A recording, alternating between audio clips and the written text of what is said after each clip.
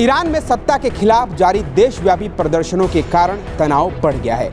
Iran में लगभग 2 सप्ताह से जारी राष्ट्रव्यापी विरोध प्रदर्शनों के दौरान हिंसा और दमन की कार्रवाई में अब तक लगभग 544 लोगों की मौत हो चुकी है। पिछले 16 दिनों से जारी हिंसक प्रदर्शन में अब तक लगभग 10,681 से ज्यादा प्रदर्शनकारियों को गिरफ्तार किया गया है।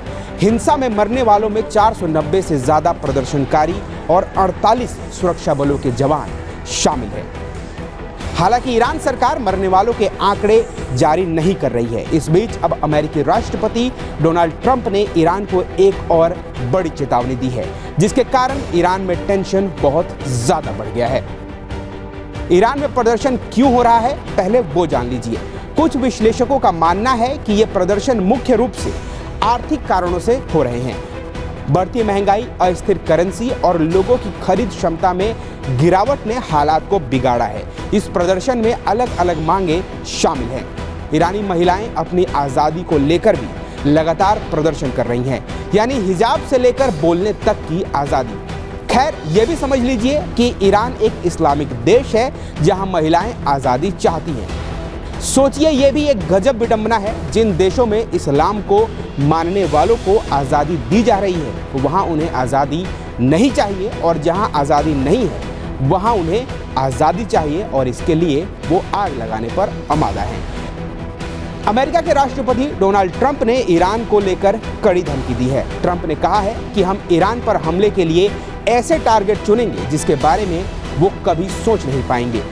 ट्रंप ने कहा है कि ईरान ने रेड लाइन क्रॉस कर दी है और अब हमारी मिलिट्री इस बारे में विचार कर रही है और हम जल्द ठोस फैसला करेंगे।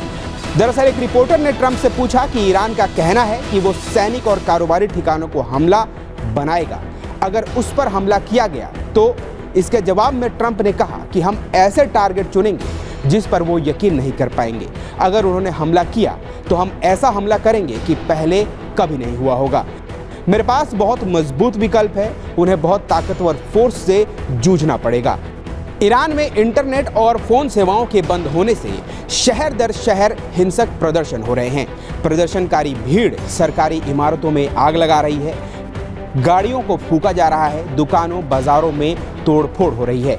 इस वक्त ईरान के सभी 31 राज्यों के 186 शहरों में प्रदर्शन हो रहे हैं। देश भर में 585 जगहों पर लोग सरकार के खिलाफ सड़कों पर हैं।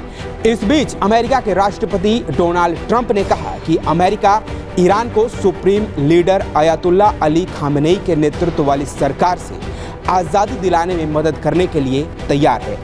ईरान के राष्ट्रपति मसूद पेजेश्कियन ने कहा है कि उनकी सरकार लोगों की समस्याओं को दूर करने के लिए काम कर रही है। वहीं हिंसक प्रदर्शनकारियों को लेकर मसूद पेजेश्कियन ने कहा कि इनसे सख्ती से निपटा जाएगा। राष्ट्रपति मसूद ने आरोप लगाया कि ये अमेरिका और इजराइल की साजिश है।